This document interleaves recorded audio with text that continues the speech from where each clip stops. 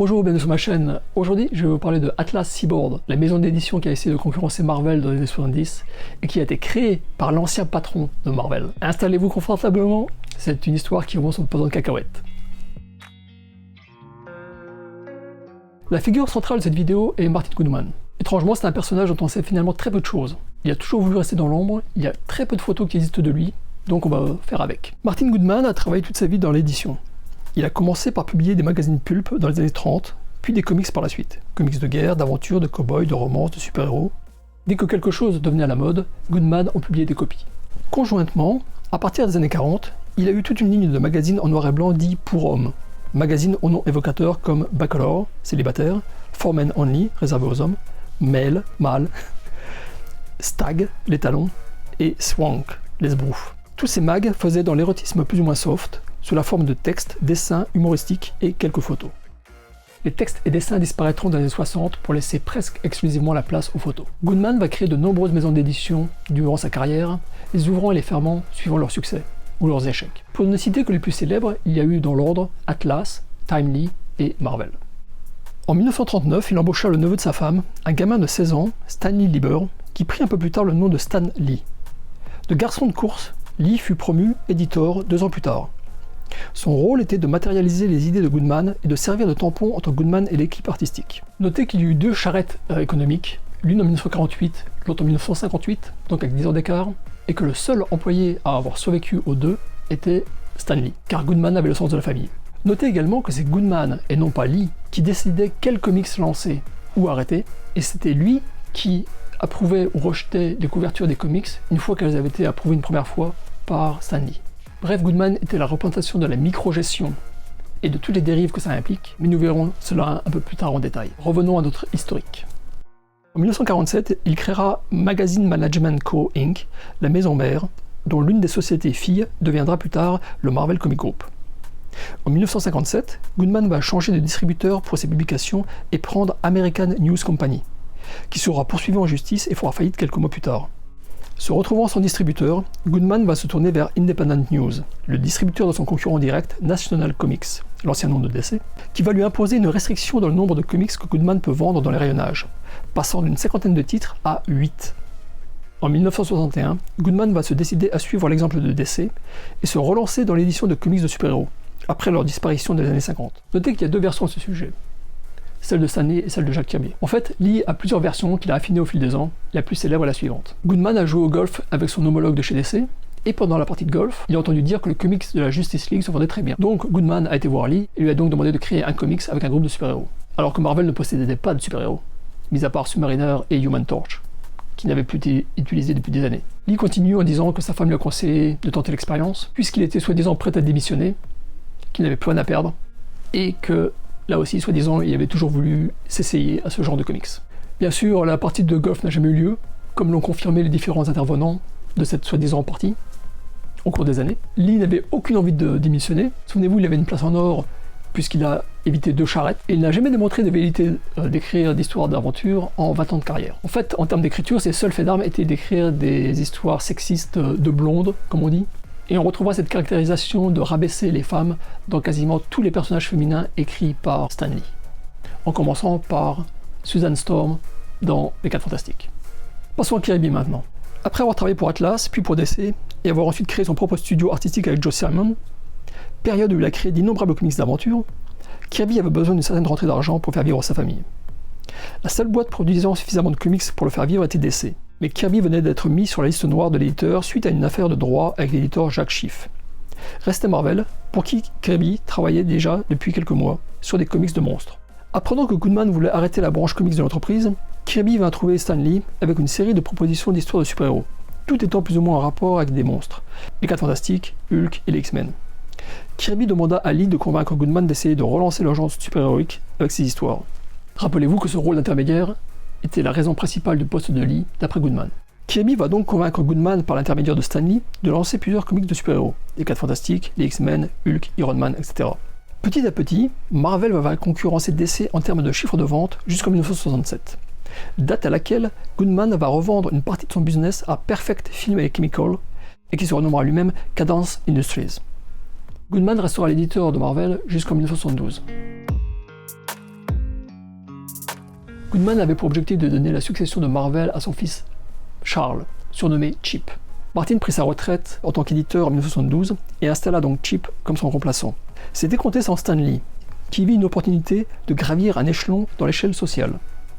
Chip était donc le nouveau éditeur de Marvel, mais il n'avait ni le talent de son père pour les affaires, ni le bagou de Stan Lee pour faire son autopromotion auprès des annonceurs et des actionnaires. Sa position n'avait pas dû être officialisée par un contrat, car dès que Martin Goodman remit ses démissions, Cadence se débarrassa de Chip et le remplaça par Stan Lee, ce qui ulcéra Martin Goodman. Stan Lee qui avait réussi, dans l'esprit des actionnaires et des annonceurs, à représenter physiquement Marvel, et donc se rendre irremplaçable. En réponse à ce coup de poignard dans le dos, Goodman créa Seaboard Periodicals en juin 1974, une maison d'édition publiant la ligne de comics Atlas Seaboard, afin de concurrencer directement Marvel, mais dû mettre la clé sur la porte l'année suivante. Voyons un peu ce qui s'est passé. Et juste avant de continuer, une petite précision linguistique, on parle des comics Seaboard. Seaboard provenant du nom de la compagnie Seaboard Periodicals, pour différencier cet atlas de l'atlas créé par Goodman dans les années 30, et qui devint plus tard Timely et Marvel. Tous ces changements de nom peuvent prêter à confusion. Goodman embaucha Larry Lieber, le frère de Stan Lee donc, qui à l'époque travaillait pour Marvel à la fois en tant que scénariste et dessinateur, suivant les besoins de la compagnie, et en fit l'éditeur, le rédacteur en chef de Atlas Seaboard en 1974. Chez Marvel, Larry est surtout connu pour avoir créé les noms de Henry Pym, Tony Stark et Don Blake, et avoir créé les scripts pour les premières histoires de Ant-Man, Iron Man et de Thor dans Journey into Mystery et Tales to Astonish. Larry avait donc de l'expérience avec les comics en couleur, mais Goodman l'embaucha pour travailler sur la ligne éditoriale des magazines en noir et blanc, tout en embauchant Jeff Rovin, le vétéran de Warren Publishing. Warren, les fameux magazines en noir et blanc, pour qu'il s'occupe des comics en couleur. C'est à se demander à quoi pensait Goodman quand il embaucha les deux hommes à contre-emploi. L'autre raison pour laquelle il embaucha Rovin est que ce dernier avait de l'expérience dans les expéditions par la poste. Goodman essayant d'embaucher de nombreuses personnes travaillant déjà pour Marvel. Roy Thomas refusa la position qui lui était offerte, mais Steve Ditko et Rick Buckler, pour ne citer que les plus célèbres artistes travaillant pour Marvel à l'époque, et Neil Adams de DC, participèrent à l'aventure. Il faut dire que Goodman avait des arguments de poids. Les pages étaient payées plus cher, et les originaux étaient retournés aux artistes. Ils avaient même des droits d'auteur sur la création des personnages. Chose inconnue à l'époque. Pour endiguer l'hémorragie, Carmine Infantino chez DC offrit une augmentation sur le prix des pages et la restitution des originaux, mais uniquement aux artistes travaillant exclusivement pour DC. Les autres grands noms sont Wally Wood, Ross Heath, dont je vous ai parlé en détail dans une précédente vidéo, Alex Toth et John Severin, le frère de Mary. Malgré les efforts de la concurrence, les chants des sirènes de Atlas Seaboard se révélèrent irrésistibles, au moins au début.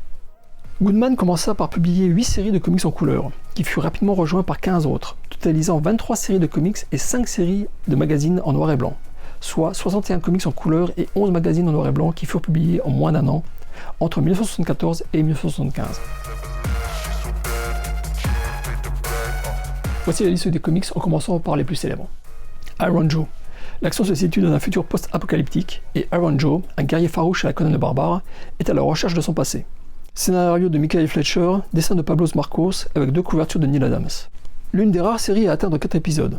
Les éditions Lug ont traduit les 3 premiers épisodes dans l'album La saga d'Iron Joe. The Destructor. Le fils est un voyou, le père un scientifique qui invente un sérum pour créer un super-héros. Quand le mafieux en chef fait abattre les 2 hommes, le père se sacrifie et le fils utilise le sérum, devenant le Destructor. Une sorte d'anti-Spider-Man. L'équipe artistique est une équipe de rêve, jugez plutôt. Scénario de Archie Goodwin, dessin de Steve Ditko et ancrage de Wallace Wood sur 2 numéros. La série contient 4 épisodes traduits par Lug dans Titan 1 à 4. Wolf, The Barbarian. Après que ses parents aient été tués et qu'il ait été exilé, Wolf se met à la recherche d'un méchant magicien tout en combattant trolls, morts-vivants, démons et hommes-rats. Encore une variation sur le thème de Conan le barbare, très à la mode dans les années 70. 4 épisodes traduits par Lug dans Titan 1 à 4, les 2 premiers numéros sont écrits et dessinés par Larry Hama avec un John Klaus Johnson à l'ancrage. Phoenix qui sera renommé Phoenix the Protector au 4e épisode. Un astronaute reçoit des super pouvoirs par d'extraterrestres. 4 épisodes publiés aux USA, les 3 premiers traduits par Lug dans Titan 1 à 3. Planet of Vampire. Il y a 6 astronautes mais on suit uniquement 2 couples qui reviennent sur Terre après un voyage de 5 ans sur Mars et découvrent que notre planète est peuplée par des vampires. Variation intéressante sur le thème de la planète des singes. Les 3 épisodes publiés aux USA ont été traduits par Lug dans Titan 1 à 3. L'équipe artistique change à chaque numéro, et je recommande le 3e épisode dessiné par Ross Heath. Malgré l'ascension de Lug, comme dit dans la vidéo que je consacre à cet artiste. Au rayon des séries importantes mais non traduites par Lug, je recommande les 3 premiers épisodes de The Scorpion, qui représentent les débuts de Howard Chaykin. Il réutilisera le héros chez Marvel sous le nom de Dominic Fortune, avec Terry Austin à l'ancrage. Et il y a le Demon Hunter de Rick Buckler, qui sera rebaptisé Devil Slayer chez Marvel, principalement chez les Défenseurs. Les 2 plus gros problèmes de la ligne de comics de Atlas Comics étaient qu'ils étaient mal distribués, et donc de nombreux lecteurs ne purent pas les trouver en kiosque, et ils n'étaient en fait que des copies mal faites des héros Marvel. Ensuite, là où Kirby, Ditko et Stan Lee mirent près de 10 ans à établir une continuité et un univers commun, Goodman voulut obtenir le même résultat en juste quelques mois. A l'époque, les chiffres de vente d'un comics remontaient chez l'éditeur après 6 à 8 mois, et Goodman décida de relancer la plupart de ses comics après 2 ou 3 numéros seulement, brisant le peu de lignes éditoriales existantes et créant une confusion chez les lecteurs, certains personnages subissant un ravalement de façade intempestif. Finalement, Goodman avec Atlas Seaboard a essayé de concurrencer directement Marvel et DC sur les rayonnages des marchands de journaux. Mais en tant que nouveau venu, ces comics ne faisaient pas le poids, car ils ne se distinguaient pas suffisamment de la concurrence visuellement, et les marchands étaient frileux de prendre des comics d'un nouvel éditeur. John Robin explique qu'il avait comme objectif avec ses séries de faire des personnages plus outrés et expérimentaux, plus durs et schizophrènes que les super-héros lambda. C'est pourquoi il embaucha le scénariste du controversé et ultra-violent Spectre de Adventure Comics, Michael Fletcher, afin qu'il scénarise plusieurs séries, imprégnées de mort et de désespoir, où les héros agissent comme des méchants.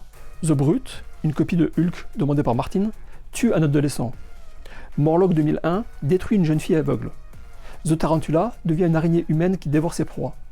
The Grim Ghost travaille pour Satan, envoyant ses victimes directement en enfer. Et Iron Joe démembre ses ennemis dans un futur post-apocalyptique. Cela aurait peut-être pu fonctionner sur le long terme, mais ça ne donna rien du tout durant la courte vie de la maison d'édition. Robin pensait également que les lecteurs apprécieraient de lire des histoires de personnages connus, et il voulut obtenir les droits d'exploitation de Godzilla et d'autres personnages de la Toho, des personnages de pulp de The Avenger et The Spider, du film The Omega Man avec Charlton Heston, et de la série TV Kolchak The Night Stalker. Goodman, fidèle à lui-même, jugea cette option trop onéreuse, et lui conseilla de s'inspirer de ces modèles. Spider devint The Scorpion, Kolchak devient The Cougar, et The Omega Man devint Planet of the Vampire. Le problème avec cette solution, c'est que les séries de Atlas Comics avaient un air de déjà-vu, sans pouvoir s'appuyer sur la reconnaissance qu'une adaptation officielle leur donnerait. Comme vous avez pu le constater avec cette vidéo, le sentiment général en ce qui concerne la ligne de comics de Atlas Seaboard est au mieux celui d'une aventure éditoriale mal exploitée, au pire celui d'un gâchis sans nom. Goodman a eu le mérite de faire bouger les choses pour les artistes, en proposant une meilleure rémunération, en proposant un retour des planches originales, et d'une façon générale d'un meilleur traitement. Mais son choix d'utiliser 2 éditeurs à contre-emploi, et de vouloir micro-gérer la ligne éditoriale des comics publiés, sans donner le temps aux équipes artistiques de se mettre en place, se révéla complètement désastreux. Les économies de bout de chandelle réalisées en n'obtenant pas des licences officielles se sont révélées contre-productives, car les lecteurs n'ont jamais eu le plaisir de lire des adaptations officielles en BD de leurs héros préférés, découverts sur grand ou petit écran. Et là où Marvel et DC ont mis des années pour établir toute une ménagerie de super-héros, les uns après les autres, Goodman a essayé de lancer trop vite trop de séries en même temps. Séries qui, au final, n'interagissaient pas ensemble et ne donnaient pas l'impression d'appartenir à un univers partagé. Pour terminer sur une note un peu plus positive, la plupart de ces comics se trouvent dans les bacs à soldes des vendeurs de comics. Et mis à part les plus célèbres d'entre eux, il est très facile de pouvoir acheter l'ensemble des Atlas Comics pour une bouchée de pain. Après, je dois faire une confession. Quand je me suis remis aux comics en 2015, j'avais 2 objectifs. 1.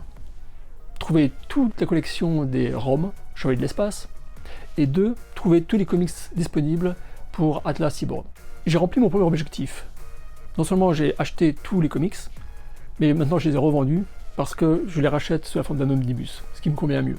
Par contre, j'ai arrêté d'acheter les comics Atlas Seaboard en cours de route, car non seulement c'est relativement moche, mais en plus c'est vraiment pas intéressant. Ces comics, donc Atlas Seaboard, sont la copie carbone des comics Marvel, mais en étant nettement moins intéressants, parce qu'il n'y a pas la caractérisation qui justement caractérise les comics Marvel. Cette réalisation était une grosse déconvenue. J'avais entendu dire que c'était ce qu'on leur reprochait, mais j'espérais que la nostalgie et le plaisir de la découverte me permettraient de passer outre. Ça n'a malheureusement pas été le cas. Pour les fans qui parlent anglais, je ne peux que vous recommander de lire les textes suivants.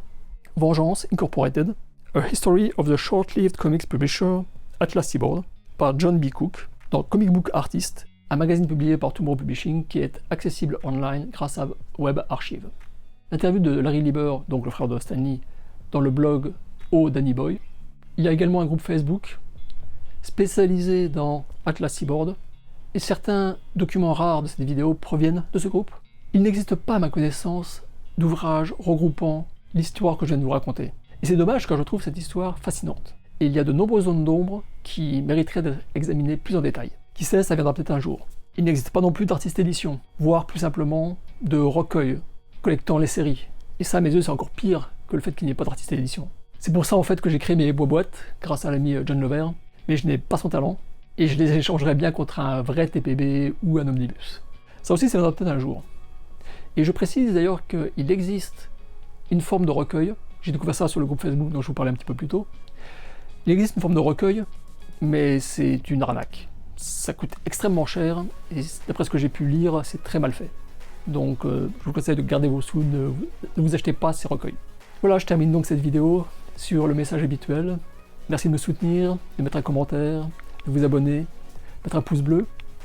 Suivez-moi sur les réseaux sociaux, Facebook et Instagram, ou sur l'onglet communauté de la page YouTube. Lisez plein de comics avec des héros plus ou moins originaux, et je vous dis à très bientôt. Ciao ciao.